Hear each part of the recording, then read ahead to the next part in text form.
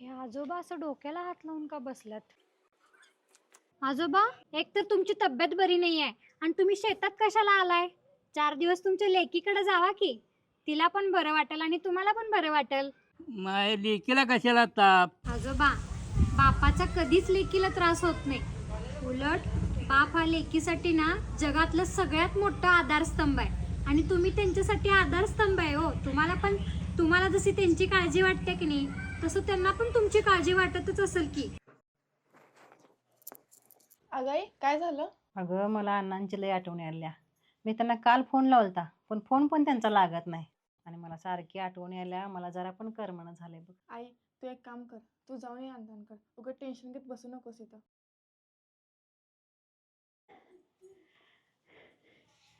लेकी तू आज कशी काय आली अचानक? अरे काकू, तुम्ही कसं काय इकडे? अगं अंजू तू इथं? होय, मी आजोबांच्या शेजारीच राहते. बाळा माझी ही लेक आहे. होय काय? बरं झालं तुम्ही आला. मी आजोबांच्या कालपासून मागं लागले. तुम्हाला बरं नाही आहे तर 4 दिवस लेकीकडे जावा म्हणून. तर कुठलं जातात? त्यांना तुमच्या संसाराची काळजी हो. ते म्हणा लागले मला की लेकीला कशाला माझा त्रास, तिचा संसार सुखाचा चाललाय, चालू दे. लेकी आहे की तुम्ही, मला काय होते? अण्णा लेकीला कसला आलाय त्रास? उलट बाप असतोय म्हणून लेकरास लय मोठा आधार असतो या. माय बापाला आधार लेक सुखाची सावर